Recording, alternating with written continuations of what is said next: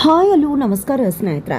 ಕೊನೆಗೂ ಇಲ್ಲಿ ಪ್ರಿಯಾ ಹೇಳಿದ ಮಾತಿಗೆ ಸಿಡಿದಿದ್ದಾರೆ ನಂದ ಅವರು. ಇದರ ಜೊತೆಗೆ ಮಾಧವ ದುಡ್ಡು ಕೊಡ್ತಿರೋ ವಿಷಯ ನಂದ ಅವ್ರಿಗೆ ಗೊತ್ತಾಗಿದೆಯಾ, ಏನಾಯಿತು, ಏನು ಕತೆ, ಇದು ಎಲ್ಲವನ್ನ ಕೂಡ ತಿಳ್ಕೋಬೇಕು ಅಂದರೆ ಈಗಲೇ ನಮ್ಮ ಈ ಚಾನಲ್ನ ಸಬ್ಸ್ಕ್ರೈಬ್ ಮಾಡಿ, ಹಾಗೆ ಈ ಒಂದು ವಿಡಿಯೋವನ್ನು ಪೂರ್ತಿಯಾಗಿ ನೋಡೋದನ್ನು ಯಾವುದೇ ಕಾರಣಕ್ಕೂ ಕೂಡ ಮರಿಬೇಡಿ.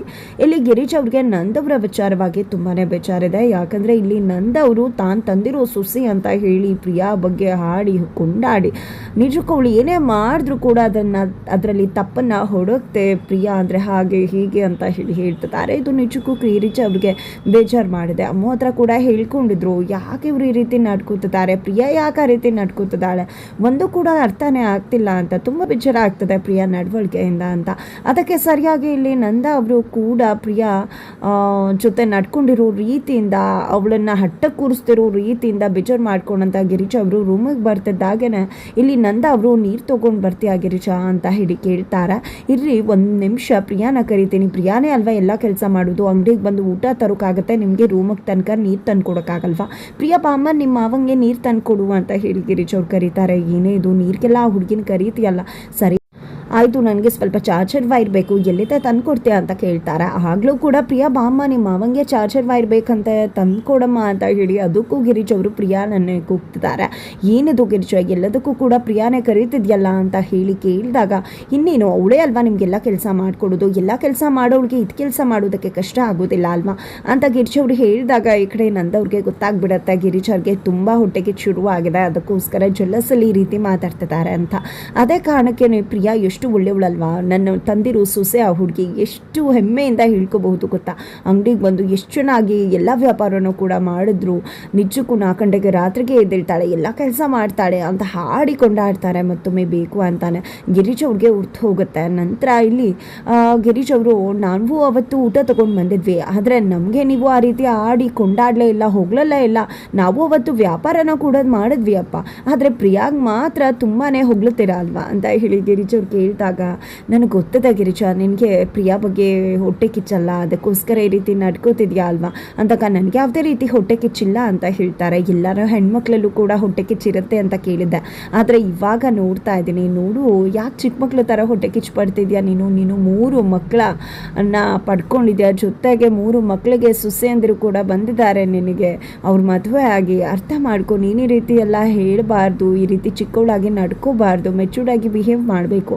ನನ್ನ ಗಿರೀಶ ಏನು ಅನ್ನೋದು ನನಗೆ ಗೊತ್ತದೆ, ಯಾರು ಏನೇ ಮಾಡಿದ್ರು ನನ್ನ ಪ್ರೀತಿ ಅನ್ನೋದು ಬೆಟ್ಟದಷ್ಟು ನಿನ್ನ ಮೇಲೆ ಇದ್ದೇ ಇರುತ್ತೆ, ಕಾಳಜಿ ಅನ್ನೋದು ಇದ್ದೇ ಇರುತ್ತೆ, ನಿನ್ನ ಜಾಗವನ್ನು ಯಾರು ತಾನೇ ತುಂಬೋಕ್ಕಾಗತ್ತೆ, ನೀನು ಯಾವಾಗಲೂ ಕೂಡ ನನ್ನ ಮನಸ್ಸಲ್ಲಿ ಹಾಗೆ ಇರ್ತೀಯ, ನೀನು ಯಾಕೆ ಆ ರೀತಿಯಲ್ಲ ಅನ್ಕೋತಾ ಇದೆಯಾ, ಸೊಸೆ ಜೊತೆ ನಿನ್ನನ್ನು ಕಂಪೇರ್ ಮಾಡ್ಕೋತಿದ್ಯಾ, ಯಾವತ್ತಿದ್ರೂ ಕೂಡ ನನ್ನ ಖುಷಿ ಸಂಭ್ರಮ ಸಂತೋಷ ನೀನೇನೆ ಗಿರೀಶ ಅಂತ ಹೇಳಿ ನಂದವರು ಗಿರೀಶ್ ಅವರನ್ನು ಹಾಗೆ ಸೈಲೆಂಟ್ ಮಾಡಿಬಿಡ್ತಾರೆ, ಕೂಲ್ ಮಾಡಿಬಿಡ್ತಾರೆ. ತಕ್ಷಣ ಕೂಲ್ ಆದಂಥ ಗಿರೀಶ್ ಅವರು, ನಿಜವಾಗ್ಲೂ ನಾನೇ ನಿಮ್ಮ ಖುಷಿ ಸಂಭ್ರಮನ ಅಂದಾಗ, ಹೌದು ಗಿರೀಶ ನಾನು ನಿಜಾನೇ ಹೇಳ್ತಿರೋದು, ನಾನೇ ಯಾಕೆ ಸುಳ್ಳು ಹೇಳಿ ಅಂತ ನಂದವರು ಹೇಳ್ತಾರೆ. ಸರಿ ಆಯಿತು, ನಾನೇ ನಿಮಗೆ ಚಾರ್ಜರು ಹಾಗೆ ನೀರು ಎಲ್ಲವನ್ನೇ ಕೂಡ ತೊಗೊಂಡು ಬರ್ತೀನಿ ಅಂತ ಗಿರೀಶ್ ಅವರು ಹೋಗ್ತಾರೆ.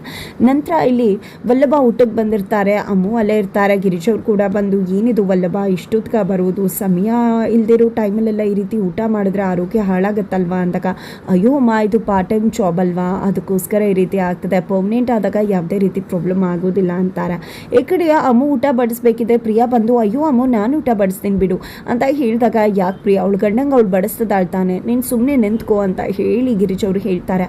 ಅಯ್ಯೋ ಅತ್ತೆ ನಾನೇ ಬಡಿಸ್ತೀನಿ ಬಿಡಿ, ಸುಮ್ಮನೆ ಯಾಕೆ ಅಮ್ಮಕ್ಕೆ ತೊಂದರೆ ಅಂತ ತಾನೇ ಬಡ್ಸೋಕೆ ಹೋದಾಗ, ನೋಡು ಪ್ರಿಯಾ ನಿನ್ಗೆ ಯಾಕೆ ಅರ್ಥ ಆಗ್ತಿಲ್ಲ, ಅವ್ರವ್ರ ಕೆಲಸ ಅವ್ರವ್ರು ಮಾಡ್ಕೋತಾರೆ, ನೀನು ಯಾಕೆ ಅದಕ್ಕೆಲ್ಲ ಮುಗ್ ತೋರಿಸ್ಕೊಂಡು ಬರ್ತೀಯ, ನೀನು ಗಂಡ ಹೆಂಡತಿ ಏನೋ ಅವ್ರ ಸಮಯ ಅವ್ರು ಕಳೀತಿದ್ದಾರೆ, ಜೊತೆಗೆ ಅವಳು ಊಟ ಬಡಿಸ್ತಾಳೆ, ಅವಳು ಗೊತ್ತಿಲ್ವಾ ಅವಳು ಗಂಡನ ಕೆಲಸ ಮಾಡಬೇಕು, ಹಾರೈಕೆ ಮಾಡಬೇಕು, ಕಾಳಜಿ ಮಾಡಬೇಕು ಅಂತ, ಅದಕ್ಕೆ ನೀನು ಯಾಕೆ ಬರ್ತಿದ್ಯಾ, ಸುಮ್ಮನೆ ವಿನಾಕಾರಣ ಎಲ್ಲ ವಿಷಯಕ್ಕೂ ತಲೆ ತುಗಿಸ್ಕೊಂಡು ಮುಗ್ ತುರಿಸ್ಕೊಂಡು ಬರಬೇಡಮ್ಮ ಅಂತ ಹೇಳಿ ಗಿರೀಶ್ ಅವರು ಖಡಕ್ಕಾಗಿ ಮಾತನಾಡ್ಬಿಡ್ತಾರೆ. ಇದರಿಂದ ಪ್ರಿಯಾಗೆ ತುಂಬ ಅಂದರೆ ತುಂಬ ವಿಚಾರ ಆಗತ್ತೆ.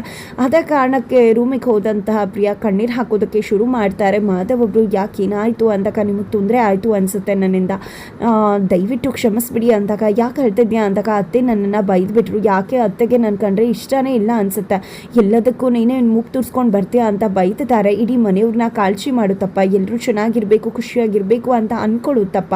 ನಮ್ಮ ಮನೇಲಿ ಯಾರೂ ಕೂಡ ನನ್ನನ್ನು ಈ ರೀತಿ ಬೈತಾ ಇರಲಿಲ್ಲ ಅಂತ ಪ್ರಿಯಾ ಹೇಳಿದಾಗ, ಅಮ್ಮ ಆ ಪರಿಸ್ಥಿತಿಗೆ ತಕ್ಕ ಹಾಗೆ ಬಿಹೇವ್ ಮಾಡಿದ್ದಾರೆ, ದಯವಿಟ್ಟು ತಪ್ಪು ತಿಳ್ಕೊಬೇಡ ಅಮ್ಮ, ಏನು ಅನ್ನೋದು ನಿನ್ಗೆ ಗೊತ್ತಿಲ್ಲ ಅಮ್ಮ, ನೀನು ಅನ್ಕೊಂಡಾಗಲ್ಲ, ನಿನ್ನ ತಾಯಿ ಬೈತಿದ್ರೆ ಇದೇ ರೀತಿ ಅನ್ಕೋತಾ ಇದೆಯಾ, ದಯವಿಟ್ಟು ಅರ್ಥ ಮಾಡ್ಕೊ, ಅಮ್ಮನ ಅರ್ಥ ಮಾಡ್ಕೊಳ್ಳೋಕ್ಕೆ ನಿನಗೆ ಸ್ವಲ್ಪ ಸಮಯ ಬೇಕಾಗತ್ತೆ ಅಂತ ಹೇಳಿ ಮಾಧವ್ ಒಬ್ಬರು ಹೆಂಡತಿಯ ಪ್ರಿಯಾನ ಸಮಾಧಾನ ಮಾಡ್ತಾರೆ. ನಂತರ ನೀನು ನಾಳೆ ನಿನ್ನ ಅಮ್ಮನ ಮನೆಗೆ ಹೋಗ್ಬೇಕಲ್ವ ದುಡ್ಡು ತೊಗೊಂಡು ಅಂದಾಗ, ಹೌದ್ರಿ ಹೋಗಬೇಕು ಅಂತ ಹೇಳ್ತಾರೆ. ನಂತರ ಸರಿ ಆಯಿತು ಹೋಗುವಂತೆ, ಈಗ ಯೋಚನೆ ಮಾಡಬೇಡ ಅಂತ ತಿಳಿಸ್ತಾರೆ.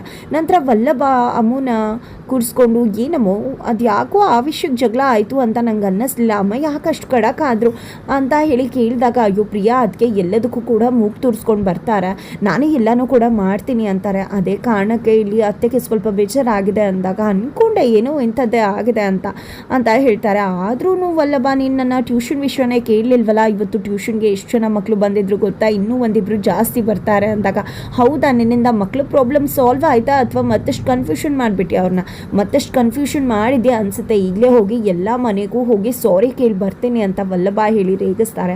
ಹೌದು ಅಪ್ಪಂಗೆ ಹೇಳಿದ್ಯಾ ನೀನು ಟ್ಯೂಷನ್ ವಿಷಯನ ಅಂದಾಗ, ಇವತ್ತು ಹೇಳೋಕ್ಕಾಗಲಿಲ್ಲ ವಲ್ಲಭ, ನಾಳೆ ಹೇಳ್ತೀನಿ ಅಂದಾಗ, ಯಾವುದೇ ಕಾರಣಕ್ಕೂ ಹೇಳೋದನ್ನು ಮರಿಬೇಡ, ಅಪ್ಪನ ಪರ್ಮಿಷನ್ ತಗೋ ಆಯಿತಾ ಅಂತ ಹೇಳಿ ವಲ್ಲಭ ಹೇಳ್ತಾರೆ. ಅತ್ತ ಕಡೆ ಕೇಶವ ಮತ್ತು ಮೀನಾ ಸಮಯ ಕಳೀತಿದ್ದಾರೆ, ಖುಷಿಯಿಂದ ಹೆಂಡ್ತಿನ ನೋಡದೆ ಕೇಶವ ಕಳೆದು ಹೋಗ್ತಿದ್ದಾರೆ.